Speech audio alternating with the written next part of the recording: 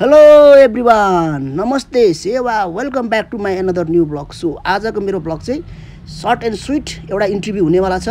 पूर्व मिस्टी नेपाल अर्थात् राष्ट्रिय प्रजातन्त्र पार्टीकी केन्द्रीय सदस्य खुशबु ओलीसँग अहिलेको समसामयिक राजनीतिक परिदृश्यमा रही सडकमै गरेको कुराकानीको केही अंशहरू यहाँ समक्ष प्रस्तुत छ। पार्टीमा हाम्रो रणनीति छ, रोडम्याप छ। अन्य नेताहरूले हामीले केही दिन अगाडि नै यसको चाहिँ के गर्ने भनेर तय गरिसकेको छौँ। त्यस विषयमा चाहिँ प्रेसबाट क्षेत्र टोड्नु खोज्दा घुम्सी पनि भयो। यहाँको आन्दोलनमा जनसहभागिता कम भएर चाहिँ यहाँहरूले चाहिँ ध्यान आकर्षण गराउन त्यो गर्नु खोज्नु भयो? होइन होइन, हामीले आज सर्वसाधारणलाई आह्वान गरेको होइन। आजको कार्यक्रम भनेको साङ्गीतिक रूपमा दलको सिनियर लिडरहरूले चाहिँ निषेधाज्ञा छोडेर सरकारलाई विचारलाई निषेध नगरे जनाउन खोजेको मात्रै हो। त्यही भएर यो पब्लिक भनेको हामीले पब्लिक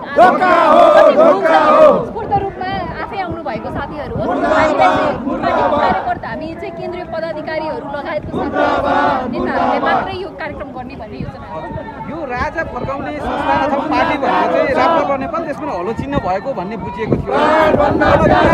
नवराज सुवेदीले त्यसको नेतृत्व गर्नुभयो। राजाले निर्णयलाई समय तोक्ने अवस्था आएको हो। यस्तो हेर्नुहोस् है, हाम्रो कमान्डर राजा लिङ्गन नै अब अरू अभियान पनि आफै हिसाबले हाम्रो कमान्डर हाम्रो पार्टीकै नेतृत्वमा हामी चल्ने हो। पार्टीलाई हामीले चाहिँ कमान्ड दिन्छ, हामी त्यो नेतृत्वमा जाने हो। राजा फर्काउने एजेन्डामा हामीले 20औं वर्षदेखि पार्टी लागिरहेको छ।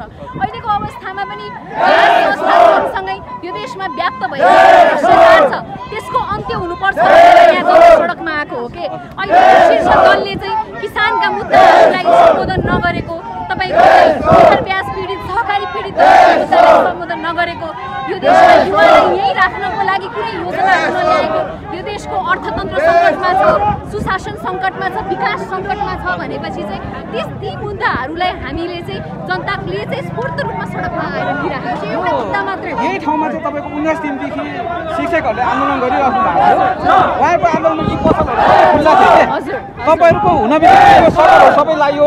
यो कतै तपाईँहरूले चाहिँ कपी गर्न लाग्नु होइन, यो चाहिँ राज्यले जस्तो किसिमले राज्यले आफै सुरक्षित रूपमा चाहिँ उदण्ड मचायो त्यस्तो पनि हुनसक्छ भनेर सरकारले गर्दै गर्दाखेरि चाहिँ राष्ट्रिय प्रजातन्त्र पार्टीले गर्ने आन्दोलन अराजक गतिविधि हुँदैन। परिसकेका छन्। अब चाहिँ यो तपाईँको आन्दोलन चाहिँ यहाँबाट ब्याक पनि भइसक्यो। अब के यो स्थगित हुन्छ कि फेरि हामीले आज भनेकै थियौँ, आज निषेधित क्षेत्र तोड्ने मात्रै हाम्रो आज योजनामा थियो। शीर्ष नेताहरूले भनेको चरणबद्ध रूपमा अगाडि बढ्दै जान्छ, विभिन्न चरणहरू आउँदैछन्, थप दबावहरू हामी सृजना अन्तमा के बताउन चाहनुहुन्छ? अन्त्यमा के बताउन चाहन्छु भने आम नेपाली जनताले के बुझ्नुपर्छ भने नि यो देशमा शीर्ष दलको नेताहरू केपी ओली, प्रचण्ड, देशमा आर्थिक सङ्कट पर्यो, विकासको सङ्कट पर्यो, देशमा सुधार भएन भनेर कहिले पनि तपाईँहरूले बैठक गर्न सुन्नु भएको छैन। उहाँहरूले किसानहरूले मल नपाउँदा उहाँहरू बस्नुहुन्न, युवाहरू पलायन भएको मुद्दामा उहाँहरू एकसाथ उभिनुहुन्न, मिटर ब्याज पीडितहरू रुँदा हुनुहुन्न, किसानहरू चाहिँ आत्महत्या गर्ने अवस्था आउँदाखेरि पनि उहाँहरू हुनुहुन्न होइन। यो देशमा चाहिँ जुन किसिमको अन्याय, अत्याचार, भ्रष्टाचार, लुटतन्त्र हुँदाखेरि उहाँहरूको उपस्थिति कहाँ छ त होइन?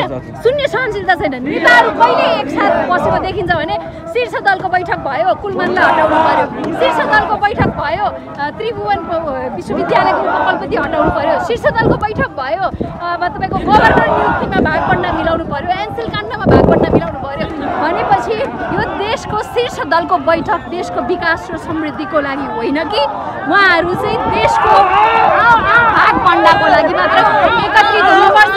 त्यही भएर तपाईँहरू नेपाली जनताहरूले यसको लागि भए पनि अब सडकमा सङ्घर्षरत भएर आउनुपर्ने अवस्था छ। हस्, धन्यवाद।